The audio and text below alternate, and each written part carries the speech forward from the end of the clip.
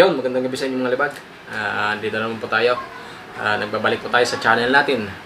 Kung kayo po ay baguhan lang sa channel na ito, please do subscribe and don't forget to hit the notification bell para lagi po kayong updated sa mga ilalagay natin na video, no?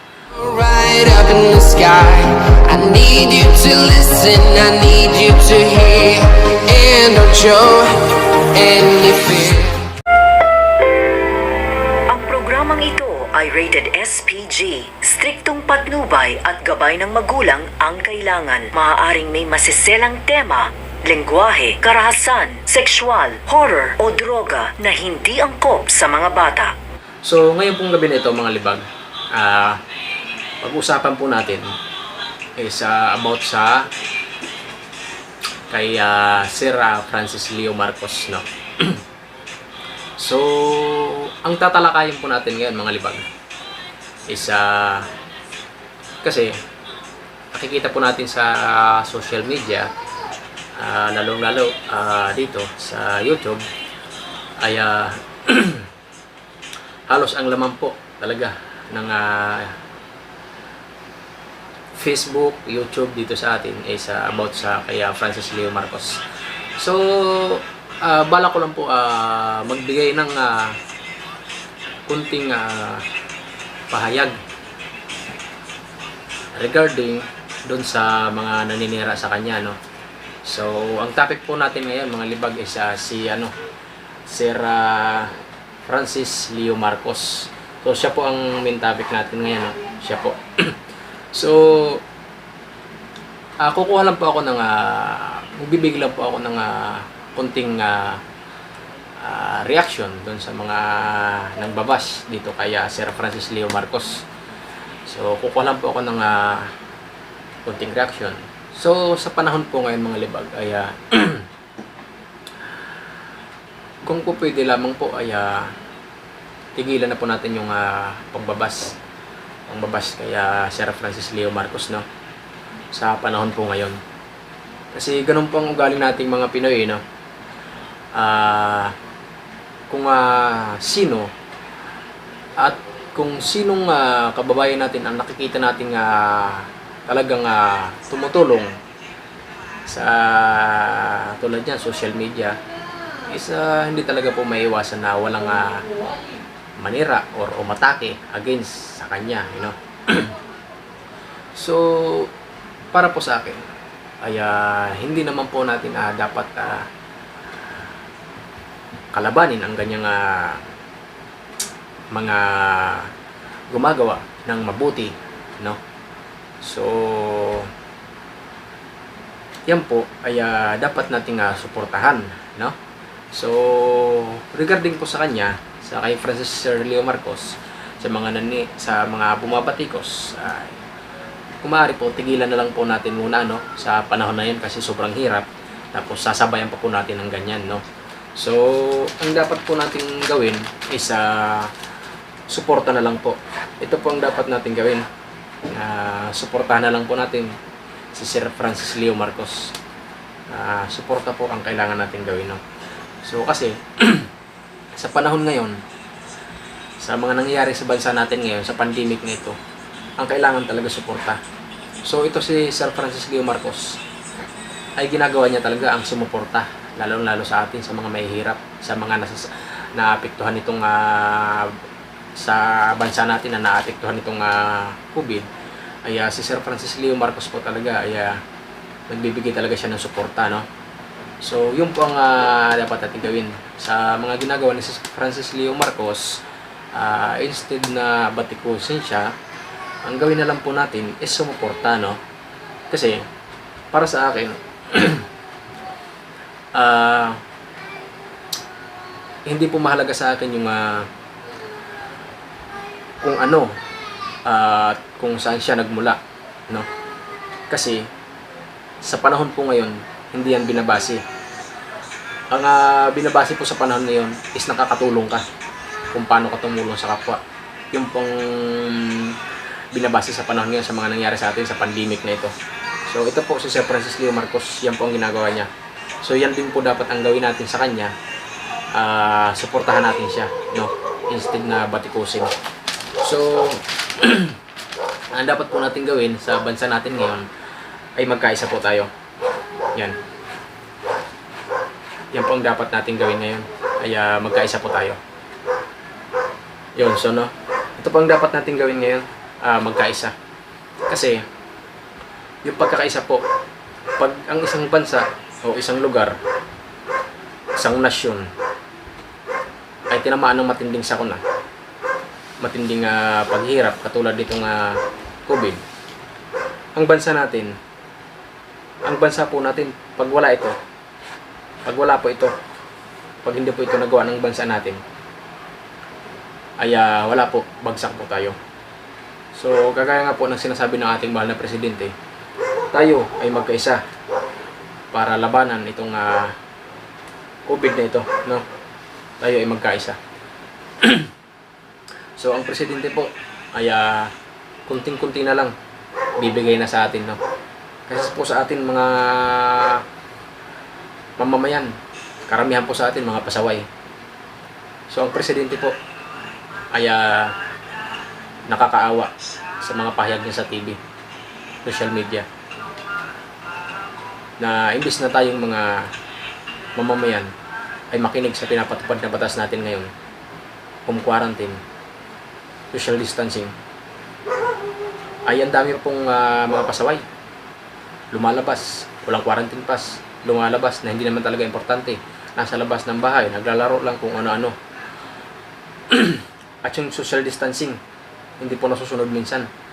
Tulad halimbawa ng mga sa palengke, sa kalsada, makikita mo, nagchichismisan pa. Hindi po nasusunod yung social distancing. Tsaka may singit ko lang po, no?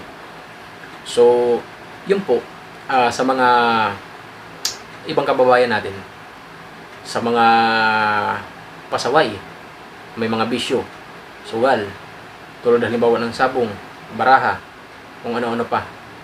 Kaya, kalahatan po ng nahuhuli ngayon is yung mga nakatanggap na ng mga ayuda. Purpose, DSWD. Sila po yung hindi naman po natin nila lahat, pero halos ang iba po ay sila po yung mga nagpapasimuno pa sa mga sugal. So tama po yung sinasabi ng ating pamahalaan, gobyerno natin. Once na nahulihan kayo na nagsugal, ang sinugal nyo ay galing sa ayuda ng gobyerno. Tama lang po na ibalik nyo yan, pagbayaran nyo.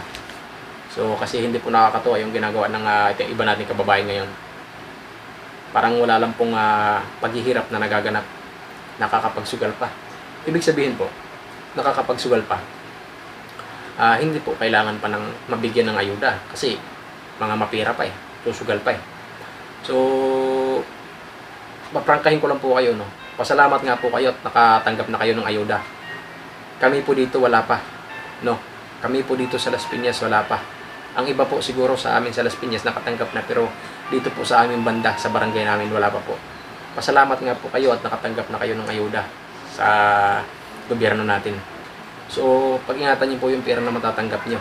Kasi hindi po basta-basta ang paghihirap ng gobyerno natin, no? So, sana naman po makinig tayo sa inuutos ng ating Pangulo. So, ang dapat na po natin ngayon gawin ay magtulungan. Yun. Magkaisa, magtulungan, suporta. Yan. Dapat po magtulungan tayo. Ako po nananawagan sa mga may kaya naman po sa buhay. Ang iba po talaga ay tumutulong. Ang ibang mga may kaya, hindi na nila pinadadaan minsan sa social media. Yung iba pinadadaan minsan sa social media, pero at least tumutulong, no? So ako po ay nananawagan sa may mga kaya naman po na tumulong. Kaya sana po makatulong tayo, no? Pero kung kayo po na nakakapanood nito, nakikinig, kung nakatulong naman po kayo sa mga sa bayan natin, ay huwag na po kayong mag-react ng hindi maganda, no? So saludo po ako sa lahat ng nakakatulong na mga kababayan natin, no? Sa akin po, sa sarili ko po, mahirap lang po kami, kahit isang tukol lang din po kami. Wala po akong maitulong pinansyal kasi kapos din po kami. isa din po kami sa mga dapat tulungan, no? So ang ginawa ko naman po para makatulong ay itong pahayag ko na lang po na pag-isahin ang mga puso nating mga Pilipino, no? Pag-isahin, udyokin, sulsulan ang mga kababayan natin na magtulungan tayo. So ito, sa paraan po na ito, ito lang ang makakaya kong gawin, magpahatid ng mensahe.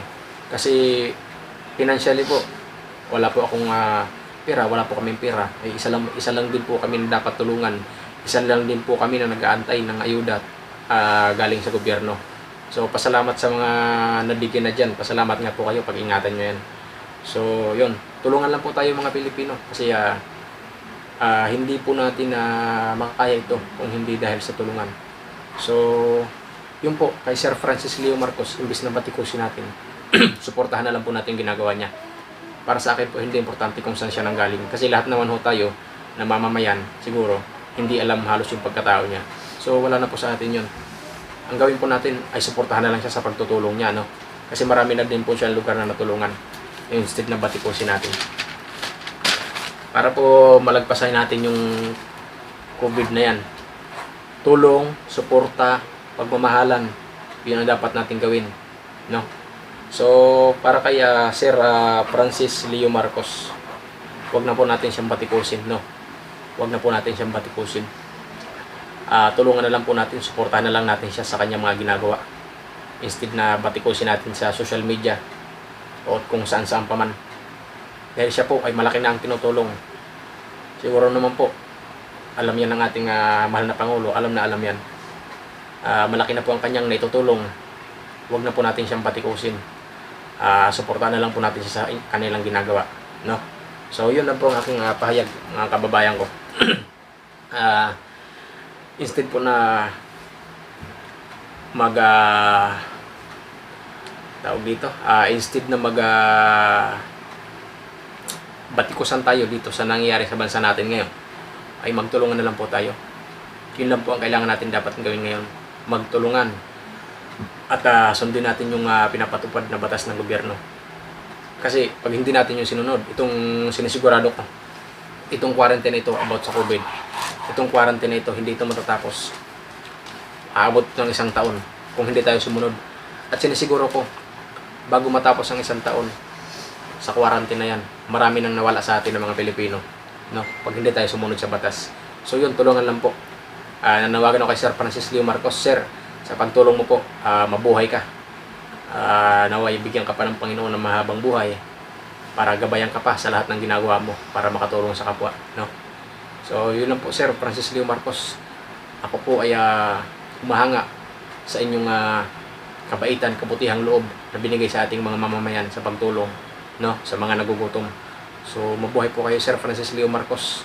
Naway mapanood nyo itong mensahe ko para sa mga kababayan natin against sa inyo.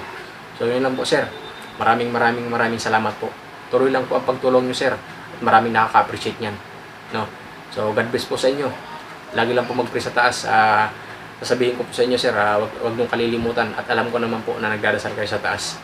Kasi alam ko din po, halos wala na kayong pahinga. Araw-araw kayo, halos wala na rin tulog. So mabuhay po kayo. Naway bigyan pa kayo ng mahabang buhay ng ating mahal na Panginoon. Thank you po, Sir. Maraming salamat. At sa lahat po ng mga frontliners natin, maraming salamat po sa inyo sa pagtulong nyo sa ating pamahalaan, sa mga kababayan natin, no?